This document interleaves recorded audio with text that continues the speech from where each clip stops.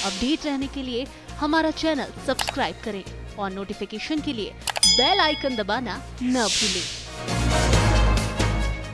Prime 18 news channel अब net vision cable network पर 707 number पर उपलब्ध।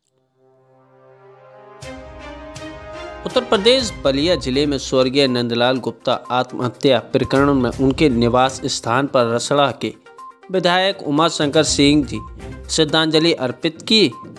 और उसके बाद उनके परिजनों से मिलकर संवेदना प्रकट की। वहीं साथ ही स्वर्गीय नंदलाल गुप्ता की पत्नी को आर्थिक मदद करने के तौर पर 2 लाख रुपए प्रदान की और उन्होंने आश्वासन दिया कि जब भी हमारी ज़रूरत पड़ेगी मैं आपके साथ खड़ा रहूँगा, किसी भी प्रकार की दिक्कत नहीं आएगी। उन्होंने आगे कहा कि व्यापार मंडल का जो भी मांग है उनको माननीय मुख्यमंत्री जी के सामने रखेंगे और सदन में भी उठाएंगे। मैं आकर के उनके परिवार के लोगों से मिला, उनकी पत्नी और उनके 2 प्यारे बच्चे थे, तो उनके ससुर जी के उनके छोटे भाई सब लोगों से बैठ कर अपने दृष्टिकोण की वार्ता किया और उनको इस बात के लिए आश्वस्त किया कि जो उनकी मांगें हैं तो उनकी मांगें तो प्रमुख मांगें उनकी है कि जैसे मान लीजिए इस बात को कहते हुए नंदलाल गुप्ता ने लाइव डिसाइड किया कि हमारे घर को ज़बरदस्ती मुआयदा करा लिया गया और मुझे लगता है कि उससे वह ज़्यादा दुखित होकर के अब हम घर वालों को, बच्चों को, परिवार को क्या जवाब देंगे, इस वजह से उन्होंने सुसाइड किया। मैंने कहा कि अभी हाउस चलने जा रहा है 20 तारीख से, तो मैं इस बात को रखूँगा कि जो लोग भी इस तरह से ज़बरदस्ती उनके घर को मुआयदा कराए हैं उसको निरस्त करें। दूसरा, हमारी माननीय मुख्यमंत्री से हाउस में मांग होगी, व्यक्तिगत हम उनके लिए भाई इनके तरफ से आग्रह भी करेंगे, एक विपक्ष के होने के नाते अपनी आवाज़ भी उठाएंगे कि आप उनके परिवार को आर्थिक मदद के रूप में 50 लाख रुपया दें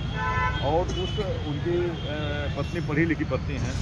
BA ऑनर्स हैं, उनको कहीं न कहीं समायोजित करें जिससे कि उन 2 छोटे बच्चों की परवरिश हो सके। और तत्काल के लिए वो परिवार, मान लीजिए ये ब्याज से उत्रस्त थे लोग, उनके पास ब्याज देने का पैसा भी नहीं रहा होगा, तभी वो सुसाइड किए। तो मुझे उचित लगा कि कम से कम परिवार अपने आप में स्टैंड ले, परिवार अपने आप में खड़ा हो जाए, उसके लिए मुझे भी कुछ मदद करनी चाहिए। तो मैं आज अपने तरफ से निजी तौर पे मैं उनके परिवार को, उनकी धर्मपत्नी जी को 2 लाख रुपये का चेक दिया हूँ कि तब तक आप जब तक सेटल होइए, जब तक आप अपने बच्चों की कहीं से ऐसा ना हो कि बच्चों की फीस बिना पढ़ाई टूट जाए, बच्चों के कापी किताब बिना या बच्चे कहीं टूट न जाए, इसलिए मैंने दिया कि आप अपने आप को स्टैंड करिए। बाकी की लड़ाई हम लोग लड़ेंगे, आपको और मदद कराया जाएगा। बच्चों के लिए भी मैंने कहा कि ये बच्चे हैं, अगर पढ़ाई लिखाई में कहीं कोई दिक्कत आती है, लगता है कि बच्चों को पढ़ाई लिखाई में कहीं कोई बाधा आ रही है, तो मैं कहा हूँ कि आप हमसे बताइएगा, मैं पूरी कोशिश करूँगा कि बच्चों की आपकी पढ़ाई लिखाई कहीं ब्रेक ना हो। मैं पूरी कोशिश करके बच्चों की पढ़ाई लिखाई, जब तक बच्चे पढ़ना लिखना चाहेंगे और कोई अगर उनके पास व्यवस्था नहीं रहेगी तो बच्चों को मैं पढ़ाने का ऐसा मैंने उनसे कहा।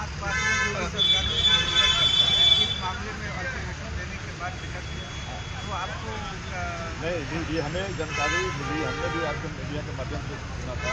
वहाँ अनाउंसमेंट किए गए। इसी रूप से जो लोग ज़बरदस्ती मुआयदा कराए हैं, उनको पीड़ित उनको मतलब टार्चर कर रहे थे, उनके खिलाफ कार्रवाई होनी चाहिए। और ये सारी बातों को लेकर के हम विधानसभा में आएंगे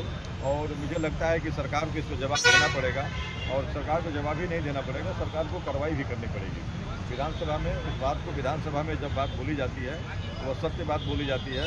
और उसकी पूरी लाइव पूरी दुनिया देखेगी। तो इसलिए सरकार को निश्चित रूप से इसमें तैयारी करके मुझे लगता है कि सरकार जवाब देने के लिए और कार्रवाई करके ही सरकार आएगी।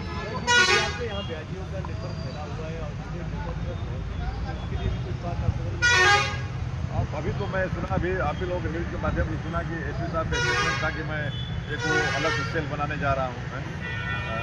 एक अलग से इस तरह की जो है हाँ कुछ ऐसा था उनका, एंटी या क्या मैंने कुछ इस तरह से है, तो उसका मकसद ही वही हुआ। मुझे लगता है कि सबसे सारी चीज़ें कहने से नहीं होगा, इसको अमल करना पड़ेगा, इसको अमल में डालना पड़ेगा, तभी जा करके समाधान हो पाएगा। कई लोगों को भी मिले, लगातार मिले कि बहुत लोग इससे त्रस्त हैं, तो ये कोई रोजगार थोड़े है भाई, ये रोजगार नहीं सर, आप बेबाकी से सदन में सारी बातें रखते हैं, इसको सारे लोग देखते हैं, लेकिन जिस दौर से बलिया गुजर रहा है